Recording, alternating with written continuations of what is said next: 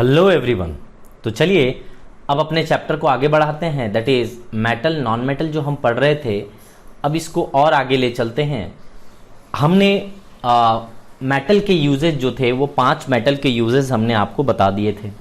Now अब बारी है नॉन मेटल, मैं 5 नॉन मेटल लूंगा और उसके सारे के सारे यूजेस बताऊंगा और इससे आपको नॉन मेटल्स के आइडिया लग जाएंगे लगभग कि किस तरीके से उनके यूजेस लिखने हैं। हालांकि अपने घर में आप यूज़ करते हैं बहुत सारे चीज़ जिसे आपको पता नहीं चलता, लेकिन अगर चीज़ों को गौर करोगे, देखोगे, बहुत डिफरेंट चीज़, आप बाहर भी निकलते हो तो बहुत कुछ देखते हो, तो उससे भी आपको आइडिया लगता है। तो बार बार आप देखते चलिए इसको। देखिए, जैसे मान लीजिए कि हम हाइड्रोजन की बात करते हैं, पहले नॉन मेटल की हाइड्रोजन की बात करते हैं। बहुत इंपॉर्टेंट है अपने लाइफ में, इसी से वाटर भी बनता है ना, और जल ही जीवन है, आपको पता है। तो ये तो बहुत ही इंपॉर्टेंट है हाइड्रोजन का। इसका बहुत सारे रिएक्शंस अभी हमने इससे पहले देखे थे, और ये उससे भी बेहतर तरीके से अगर मैं बता सकूं आपको तो इसका हाइड्रोजिनेशन एक प्रोसेस होता है। हाइड्रोजिनेशन प्रोसेस है एडिशन ऑफ हाइड्रोजन का, ठीक है, जो कि वहां पे वेजिटेबल ऑयल बनाने में काम में लेते हैं, है ना। Vegetable oil, hydrogenation of vegetable oils to form what,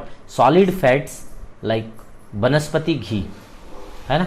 तो जो घी वगैरह जो घर में आप यूज करते हैं वो आप इससे बना सकते हैं, हाइड्रोजिनेशन से बना सकते हैं, हाइड्रोजन का ये हेल्प लेकर के, है ना, हाइड्रोजन की मदद लेकर के वनस्पति घी आप बना सकते हैं इस पे।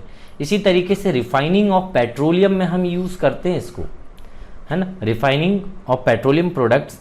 इसमें गैसोलीन की मात्रा को इंक्रीज करने के लिए, amount of gasoline petroleum products में इंक्रीज करने के लिए, सो दैट इसकी इफिशियंसी बढ़ जाए, राइट। इसी तरीके से हम देखते हैं कि अगर अमोनिया को हेबर प्रोसेस से बनाते थे, याद है केमिकल रिएक्शन हमने करा था, तो हेबर प्रोसेस से अमोनिया को बनाया था, हमने बता रखा था। क्लोराइड, ये HCl हाइड्रोक्लोरिक एसिड को भी हमने आपको बताया था कि किस तरीके से बनाना है। तो ये सारे केमिकल रिएक्शन हम पढ़ चुके हैं। तो आप देख सकते हैं कि हाइड्रोजन का मतलब हाइड्रोजन को कितने तरीके से यूज में लिया जाता है। इवन हमने बता तो दिया कि जल ही जीवन है, वाटर भी हम किसके हेल्प से बनाते हैं, हाइड्रोजन के हेल्प से बनाते हैं। यहाँ पे आप देख सकते हैं कि यहाँ पे कटिंग, वेल्डिंग ऑफ मेटल्स, ये सब में हम यूज में लेते हैं।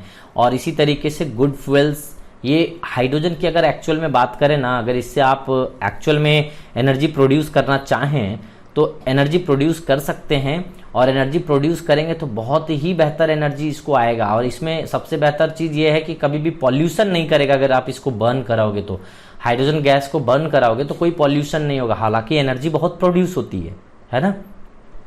तो ये उसमें यूज होता है। हाइड्रोजन फ्यूल एक बहुत अच्छी एनर्जी प्रोवाइड कराती है हमें, तो फ्यूल की तरह हम यूज में लेते हैं, है ना।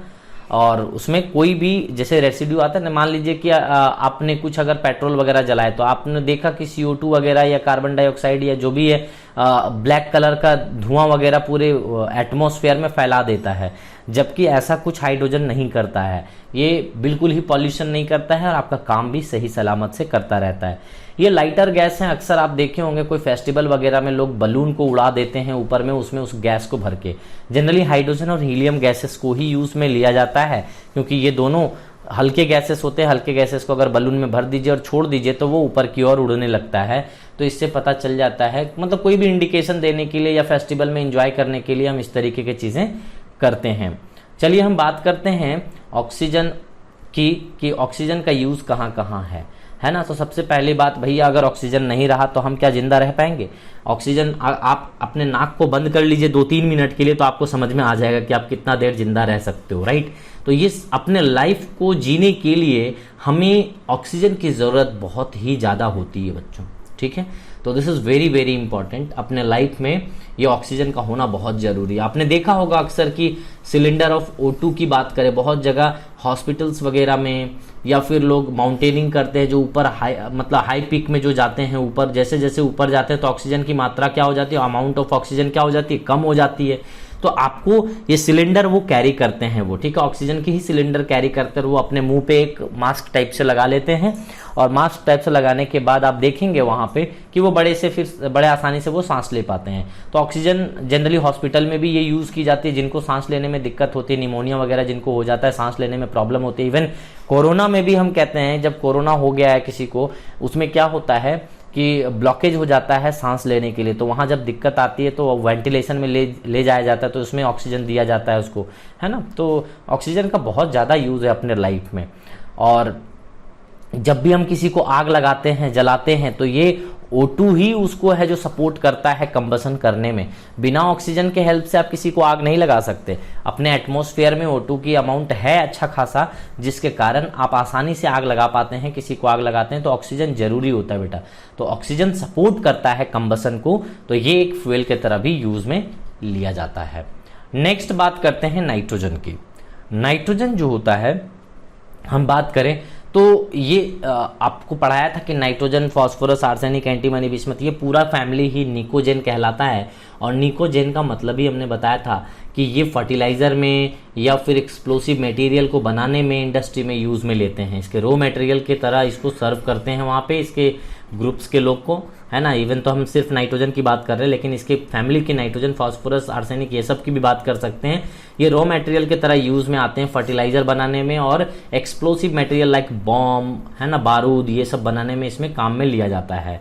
उसके बाद आप देखेंगे कि अगर मान लीजिए कि मेटलर्जिकल प्रोसेस, जब आप क्लास, अभी इसी चैप्टर के बाद एक मेटलर्जिकल प्रोसेस बताऊंगा, या फिर क्लास 12th में भी ये चैप्टर है, तो यहाँ पे क्या होता है कि किसी मेटल की मेटलर्जी करने में, है ना, मेटलर्जी यानी कि उसकी एक्सट्रैक्शन करने में, वहाँ पे क्या होता है कि कभी कभी हमें एटमॉस्फेयर प्रोवाइड कराना पड़ता है, इनर्ट एटमॉस्फेयर। तो इनर्ट गैस ना यूज़ करके हम वहाँ पे नाइट्रोजन गैस भी यूज़ करते हैं, वो इनर्ट एटमॉस्फेयर के तरह पे यूज़ करता है। क्योंकि नाइट्रोजन के बीच में ट्रिपल बॉन्ड होता है, ये तोड़ना बहुत टफ होता है, जिसके कारण ये इनर्ट एटमॉस्फेयर के तरह वर्क में लिया जा सकता है। ये टूटता नहीं है, ये एक इनर्ट एटमॉस्फेयर की तरह काम में लिया जाता है इसको मेटलर्जिकल प्रोसेस में, ताकि वो ऑक्सीजन के कांटेक्ट में नहीं आए या फिर किसी अदर गैसेस के कांटेक्ट में नहीं आए, ताकि वो मेटल खराब ना हो। क्योंकि अगर गैसेस प्रवेश कर गए, गैसेस अगर वहां पे इन कर गए, तो वो मेटल को बर्बाद कर देगा, ठीक है। क्योंकि वो अभी कंस्ट्रक्शन में चल रहा है, तो वो दिक्कत कर देगा। इसीलिए ये इनर्ट एटमॉस्फेयर प्रोवाइड कराने के लिए हम नाइट्रोजन गैस को यूज में लेते हैं। और हम अगर बात करें कि ये इनफ्लेमेबल एक्सप्लोसिव मटेरियल को बनाने में, है ना, इलेक्ट्रिक लाइट बल्ब जो होता है उसमें जो नाइट्रोजन गैस भरे जाते हैं उस बल्ब के अंदर, ठीक है। अब क्या है, जो फूड पैकेजिंग होता है ना, फूड पैकेजिंग का मटेरियल जो उसको करते हैं, वहाँ पे नाइट्रोजन गैस भरते हैं ताकि वो फूड की ऑक्सीडेशन का रिटार्ड कर दे। मतलब ये ऑक्सीडेशन करने से बचाता है, ज़्यादा जल्दी से ऑक्सीडेशन नहीं करने देता, तो उसके लाइफ को बढ़ा देता है। जैसे पॉपकॉर्न वगैरह आप खाते हो, पॉपकॉर्न खाते हो या फिर लेज, चिप्स, कुरकुरे, ये सब कुछ खाते हो, तो उस फूड मटेरियल में भी नाइट्रोजन गैस दिया जाता है ताकि वो फूड प्रिजर्व रहे, ज़्यादा देर तक टिक सके। उसके रेट को, खराब होने को जो रेट है, यानी कि ऑक्सीडेशन होने का जो रेट है, उसको डिक्रीज कर देता है ये। तो बस यही है कि कंट्रोल्स ऑन बर्निंग फ्यूल्स, उसको वो कंट्रोल करता है, ठीक है, जिसके कारण आप ज़्यादा दिनों तक चला सकते हैं आप उसे। नेक्स्ट इंपॉर्टेंट बात करते हैं फ्लोरीन के बारे में, जो फोर्थ अपना नॉन मेटल है, वो फ्लोरीन के बारे में हम बात कर लें थोड़ा सा। आपके घर में रेफ्रिजरेटर जरूर होगा, तो रेफ्रिजरेटर में आप देखते हैं अक्सर ये फ्यूरोन गैस होता है, जिसके कारण आपको ठंडा मिल पाता है वहाँ पे। तो ये फ्यूरोन गैस खत्म हो जाता है अगर किसी रेफ्रिजरेटर में, तो आकर के इंजीनियर वो उस गैस को चेंज करता है वहाँ पे, ठीक है, जिसके कारण फिर से वो ठंडा कर पाता है। देखते हो कि 8 साल, 10 साल, 5 साल से ज़्यादा अगर हो जाता है फ्रिज में, तो वो ठंडा करने वाली कैपेसिटी उसकी कम हो जाती है। तो कम हो जाता है, इसका मतलब ये गैस आपको रिफिल कराना पड़ेगा, फिर से भराना पड़ेगा, तब जा करके वो फिर से काम करने लग जाता है अच्छे तरीके से, राइट। अब नेक्स्ट क्रायोलाइट की बात करें, फार्मूला जरूर याद होना चाहिए बेटा, है ना। क्रायोलाइट की बात करें तो Na3AlF6, है ना, it is used in electrolysis. Electrolysis में इसकी यूज करते हैं, है ना, एल्यूमिना से एल्यूमिनियम बनाने में, एल्यूमिना से एल्यूमिनियम मेटल बनाने में हम इसकी इलेक्ट्रोलिसिस में क्रायोलाइट का यूज करते हैं, राइट। ये मेटलर्जिकल प्रोसेस है, आप मेटलर्जी में देख पाएंगे ये सब चीज़ें होती हैं। तो इंडिविजुअल मेटलर्जी जब पढ़ाया जाता है, इंडिविजुअल मेटलर्जी कहने का मतलब है कि जैसे आयरन का मेटलर्जी आपको पढ़ाया गया, कॉपर की मेटलर्जी पढ़ाई गई, जिंक की मेटलर्जी पढ़ाई गई। कहने का मतलब है कि उसको ओर्स ले आकर के और ओर से प्योर मेटल को पाने का जो बीच में जो प्रोसेस होता है ना, तो it is the process, metallurgy is the process in which we extract the pure metal from the ores, तो वही मेटलर्जी कहलाती है। तो यहाँ पे ये एल्यूमिना प्योर नहीं है, लेकिन एल्यूमिनियम मेटल प्योर है, इससे हम यहाँ से पाते हैं। अब देखिए यहाँ पे हम बात करें कि अगर फ्लोरीन की बात करें तो इंसेक्टिसाइड्स को मारने में, है ना, वुड प्रिजर्वेटिव्स में यूज़ करते हैं ये सब में चीज़ें में, यानी कि ओवरऑल ये जितने भी छोटे छोटे इंसेक्ट्स हैं उनको मारने में मदद करता है। इनके गैस या फिर उनके लिक्विड को अगर लगा दिया जाए वहाँ पे तो ये बड़े आसानी से वो इंसेक्टिसाइड्स का काम करता है ये, है ना, वुड प्रिजर्वेटिव का काम करता है। आप उस पर अगर उसकी लिक्विड को चारों तरफ से लगा दें तो ऐसा काम करता है यहाँ पे। Fluorine of sodium and lithium serves as a flux of soldering of aluminium, soldering में भी काम में लिया जाता है इसको, ठीक है। तो this are the uses of fluorine. और हमने कहा था जैसा कि मैं 5 टोटल एग्जाम्पल लूंगा, तो चलिए 5वें एग्जाम्पल की अपना बात करता हूँ। फ्लोरीन के बाद अपना क्लोरीन ले लेते हैं। तो जैसा कि हमने कहा कि फ्लोरीन क्लोरीन भी अब इसी तरीके से वर्क में लेगा लगभग। ये भी क्या करेगा, देखो ब्लीच करता है ये wood pulp in the paper industries. Paper industries में ये साफ सफाई करने में काम बहुत ज़्यादा आता है। क्लोरीन का जो काम होता है ना, जैसे देखते हो कुएं में बैक्टीरिया को मारने के लिए, जैसे ड्रिंकिंग वाटर को मतलब प्योर करने के लिए, बैक्टीरिया वगैरह को मारने के लिए, जर्म्स वगैरह को मारने के लिए आप क्या करते हो, वहाँ पे CaOCl2 यानी कि ब्लीचिंग पाउडर का एडिशन करते हो, ठीक है। तो बैक्टीरिया को क्या करता है, मार देता है। उसी तरीके से यहाँ पे भी पेपर इंडस्ट्री में भी देखिए it is use to bleach wood pulp, है ना, in the paper industries, cotton, linen, fabrics, in the textile industry. तो ये सब क्या करता है कि उसमें भी हम यहाँ पे ब्लीच करने में, उसको साफ सफाई करने में, जैसे यहाँ पे इस तरीके से कर रहे हैं, उसमें भी हम यूज़ में ले सकते हैं। तो डिसइंफेक्ट करने का काम करता है। आप देखते हो स्विमिंग पूल में या घर में जो कुआं है उसमें आप यूज़ करते हो, ड्रिंकिंग वाटर का कोई टैंक है उसमें आप यूज़ करते हो बैक्टीरिया वगैरह को मारने में, ताकि वो ज़्यादा दिन तक सुरक्षित रहे। खास करके बरसात के दिनों में हमें इसकी बहुत ज़्यादा ज़रूरत पड़ती है। उसका ये कंपाउंड अपने आप में बहुत इंपॉर्टेंट है, CaOCl2। This is extremely important. So this is all about what we can say is 5 non metal के बारे में हमने बड़े डिटेल में आपको बता दिया। अब मैं 3 नोबल मेटल के बारे में आपको बोला था कि 3 नोबल मेटल और इसके बारे में एक ही वीडियो में डिस्कशन कर दूंगा। तो चलिए हम नोबल मेटल के बारे में बात कर लेते हैं थोड़ी सी। तो नोबल मेटल की अगर हम बात करें तो ये अपना है नोबल मेटल।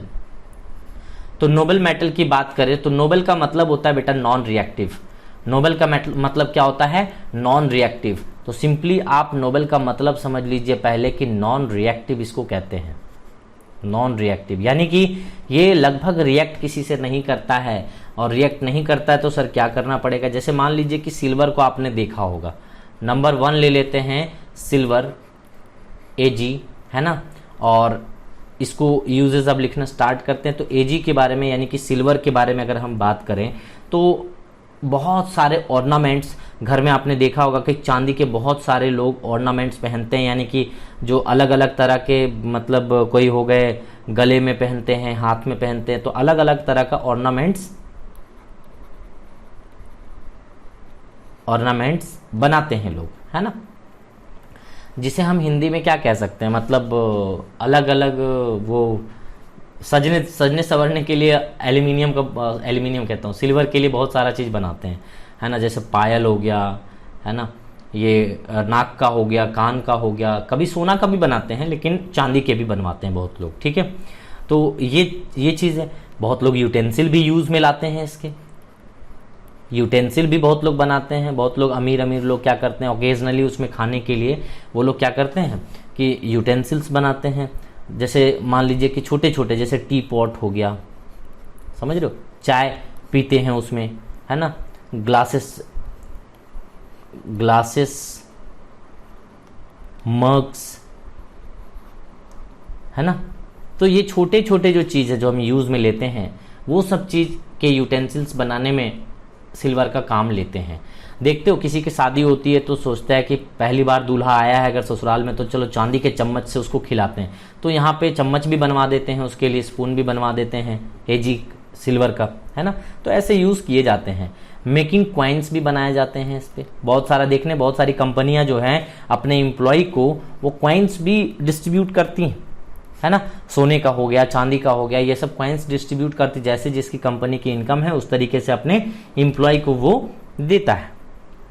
अगर हम बात करें इसके कुछ सॉल्ट्स की तो यहाँ पे जैसे AgCl बना सकता है क्लोरीन के साथ में मिलकर के, है ना, सिल्वर ब्रोमाइड बना सकता है, AgBr बना सकता है ना, और इसी तरीके से सिल्वर आयोडाइड बना सकता है, AgI बना सकता है, जो कि ये सब आपने अक्सर देखा होगा ये चीज़ है ना, ये सब यूज किया जाता है कहाँ पे, ये सब सभी चीज का यूज किया जाता है फोटोग्राफिक फिल्म्स में, फोटोग्राफिक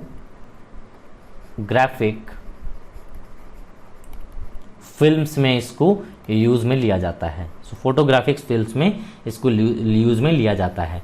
तो ये कुछ बहुत इंपॉर्टेंट है। और भी हम कह सकते हैं कि डेकोरेट करने के लिए, डेकोरेटिव पर्पस से भी इसको यूज किया जाता है सिल्वर का। तो इस तरीके से बहुत सारे यूज हैं। ये एटमॉस्फेयर में इनको कोई अफेक्ट नहीं कर सकता है इन जनरल। इसमें ब्लैक पड़ता है, कालापन बाद में बहुत लेट से पड़ता है, फिर उसमें क्या करते हैं हम सुनार के यहाँ ले जाते हैं तो वो कालापन उसका फिर से ठीक कर देता है with the help of aqua regia और वॉटेवर।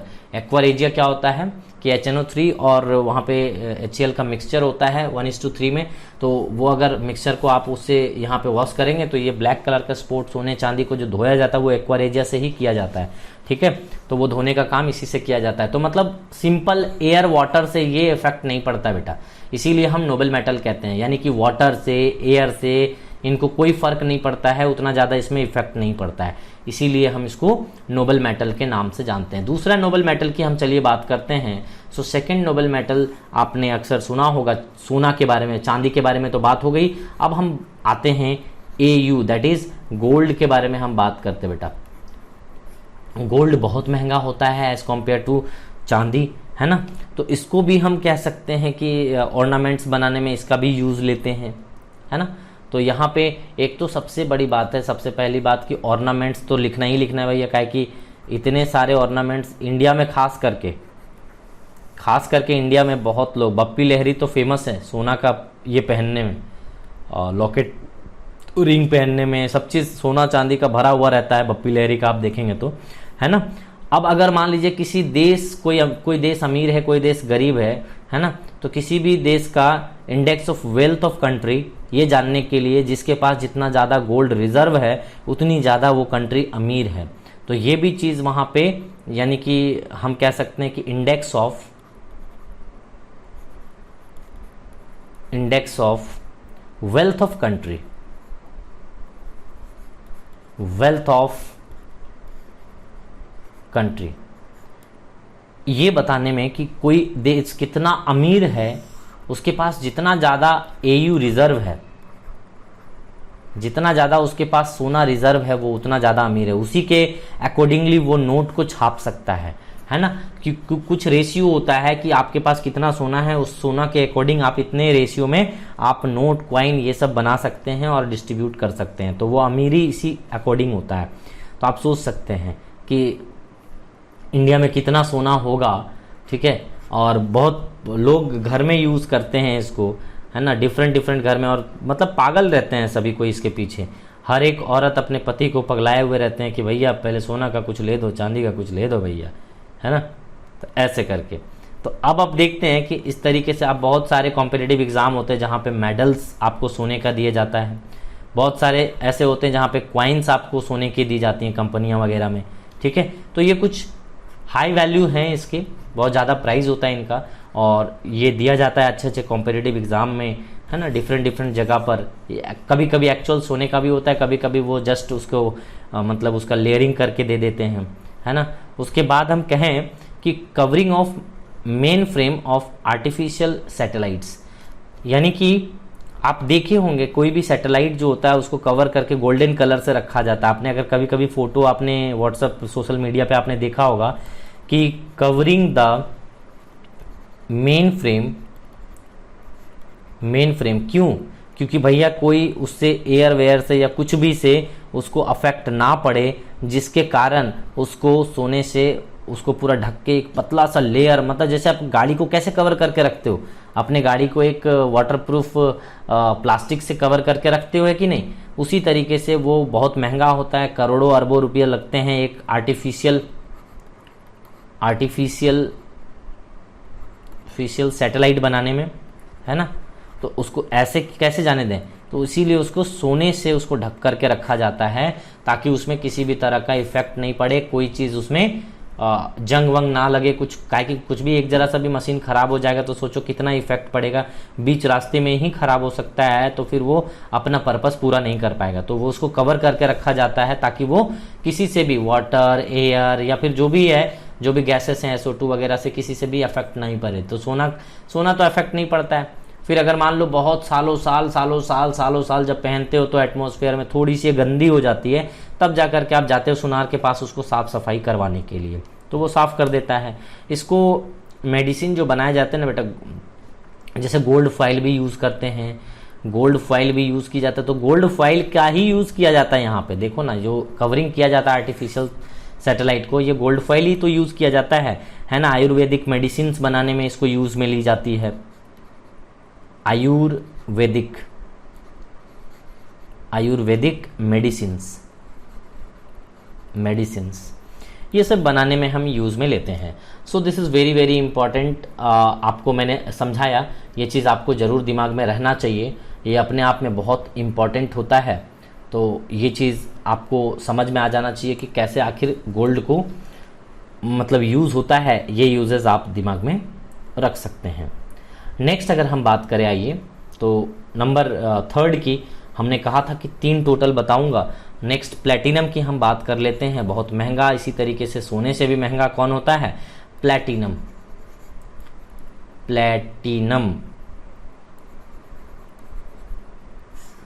होता है। तो हम यहाँ पे कहते हैं कि अगेन हम ये बात कर ले कि हाईली मेलिएबल और डक्टिलिटी इसकी होती है, क्योंकि मेटल है तो मेटल की तो प्रॉपर्टी होगी ना भैया, इसमें तो कोई डाउट नहीं है। अब ऑर्नामेंट्स बनाने में तो करते ही हैं, साथ में लोग ना घड़ियां पहनते हैं भैया, घड़ी पहनते हैं, इसके ऑर्नामेंट्स तो बनाते ही हैं, ऑर्नामेंट्स तो बनाते हैं, है ना। उसी के साथ में वॉचेस भी आजकल तो फेमस है भैया कि कौन कितना महंगा पहन सकता है। तो जो करोड़ों का जो घड़ियाँ जो पहनते हैं लोग ना, लाखों के घड़ी पहनते हैं, करोड़ों के पहनते हैं, उसमें प्लैटिनम होता है, ठीक है। सोना चांदी तो अब छोड़ दीजिए, प्लैटिनम बहुत तगड़ा होता है, एकदम देखने में मज़ा आ जाएगा आपको, एकदम इतना शाइनी, इतना लस्टरस होता है कि आपको देख करके ही मज़ा आ जाएगा। अब हम इसी तरीके से बात करें तो सल्फ्यूरिक एसिड और नाइट्रिक एसिड आप इसको यहाँ पे मैन्युफैक्चर कर सकते हैं इसके, है ना, कैटलिस्ट बना सकते हैं इसमें। तो प्लैटिनम का वैसे यूज़ किया जाता है, तो आप लिख सकते हैं it is use as a catalyst in the manufacturing of sulphuric and nitric acid, आप लिख सकते हैं, है ना। इसी तरीके से मतलब प्लैटिनम को एक हम कह सकते हैं कि कैटालाइटिक एजेंट की तरह यूज़ करते हैं, है ना। और ये ऑक्सीडाइज करता है चीज़ों को, ऑटोमोबाइल इंडस्ट्री में यूज़ कर सकते हैं, है ना। तो इस तरीके से आप कह सकते हैं कि इसके वेरियस यूजेस हैं ऑर्नामेंट्स बनाने के अलावा भी। तो लेबोरेटरीज में, केमिकल लेबोरेटरीज में मतलब यूज़ किया जाता है डिटेक्ट करने में कि मेटेलिक आयन है ना, या कैसा सॉल्ट है। कोई सॉल्ट अगर आपको दिया गया है तो उसमें इस तरीके के पता करने के लिए दिया जाता है। तो प्लैटिनम का वेरियस यूजेस हैं। तो आपको इस तरीके से मैंने टोटल नॉन मेटल भी इस लेक्चर में कवर कर दिया एंड टोटल प्लैटिनम का भी सारे यूजेस हमने कवर कर दिए। मतलब टोटल कहने का मतलब नोबल मेटल के भी हमने सारे यूजेस कवर कर दिए। सो this is all about this lecture. अब हम आगे के लेक्चर में, ये आपका पूरा क्लास 8 का मेटल एंड नॉन मेटल खत्म होता है और आप इंजॉय कीजिए। कॉन्ग्रेचुलेशंस, आपके पूरे के पूरे metal and non metal complete होता है यहाँ पे। थैंक